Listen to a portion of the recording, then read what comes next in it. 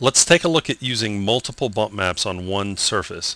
I've got this model of a shell, and what we'll do is we'll apply a few different bump maps to it, but we'll keep it with only one surface.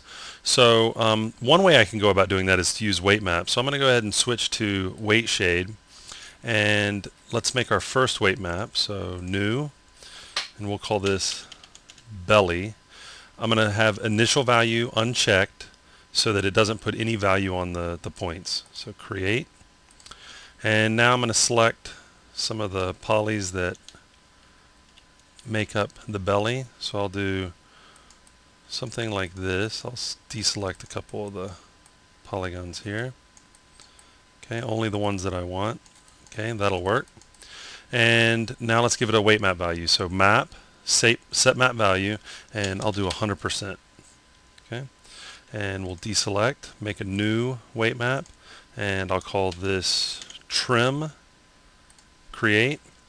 And now I'm just going to grab on select loop, expand my selection, and that looks like a good selection. We'll set map value 100%, enter, deselect, and let's make one more, new, and we'll call this shell. This will be like the back part of the shell.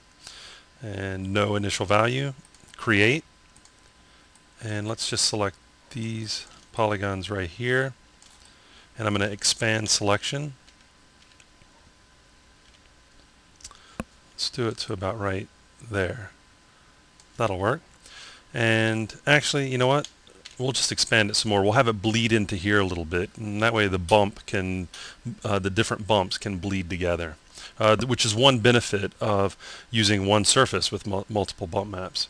So I'm going to go ahead and set map value 100%, and there we go. So with that done, we've got our shell weight map, excuse me, we've got our belly weight map, and we've got our trim weight map. I'll save that, send it over to layout, Shift C for camera, T for move, 6 for camera view, and let's just kind of position our camera, get a good shot of this. Something like that. Okay, and we'll open up our surface editor, go over, we only have one surface. I'm going to turn smoothing on. That'll look much better. And why don't we go ahead and open up an instance of F prime so that we can just check this out as we go. Okay, so we'll use this to make sure that we're heading in the right direction. So I'm going to activate the node editor, open it up, and let me move over this window just so we can make sure we can see both. That way we can kind of compare as we go. Okay, so first thing we need to do is add some kind of bump map. So I'm going to head over to Add Node, 3D Textures, and let's try Crumple. We'll use Crumple. I usually grab Turbulence, so we'll start with something different, Crumple.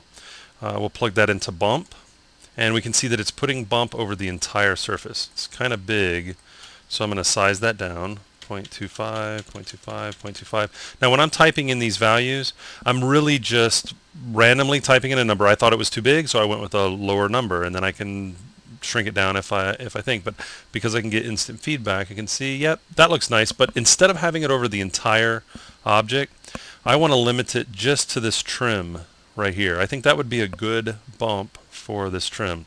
So I'm going to take advantage of that weight map that we made. Over in Add Node, Vertex Map, Weight, double click, and we'll choose for weight map, we'll choose trim, close that down. Now, instead of linking it to opacity, we're going to link it to bump amp. That threw me off whenever I first got started. I thought, well, I'll change the opacity of that texture, but it's actually the bump amplitude, the amount of bump that you want to use for this surface. So there we go. We've got this nice bump just on that trim. So I'm using that weight map kind of to mask it off. Okay.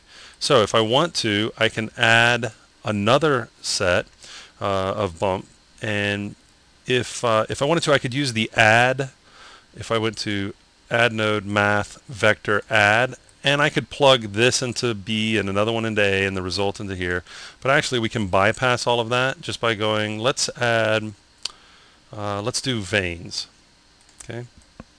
And instead of using that add node, I'm just going to plug the bump into the bump, feed it through here, and you can still see the crumple texture just where the weight map is telling it to be, but then the veins is everywhere because we haven't limited it yet. But first I need to size it down. That's not looking all that great. So I'm going to size this down, scale 0.25, 0.25, 0.25. Yep, that'll work. And I'm also going to change the width. Let's change that a little lower. 25, yeah, that looks much nicer. And then for contrast, I'll do 50% for contrast. Okay, and for bump amplitude, let's use a weight map to drive that one as well. So I'm done with this. I'm going to go close that up, make a little more room for us to work with. And we'll go over to Add Node, Vertex Map, Weight Map, double click.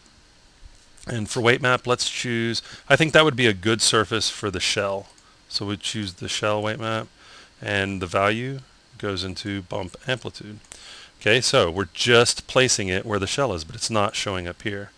Okay, so we get a nice transition because of the weight map. If we use two different surfaces, we would get a hard line between the two. But because we're using a weight map on one surface, we're getting a nice transition between the two bumps, which is a pretty good use of weight maps for that. Okay, let's add one more. So I'm going to go to 3D textures, and why not turbulence? I love turbulence. We can use that for a lot of different things. Okay, I'm just going to slide this over, and let's plug that into bump to bump. Okay, and we're not really seeing much because we need to size it down. It's pretty big. And let's try 0.25, and let's do 0.5, 0.5. Okay, and we're kind of seeing it. It's all over the place, but I'm going to make this even smaller, 0.025. Okay, oh yeah, that's going to look nice.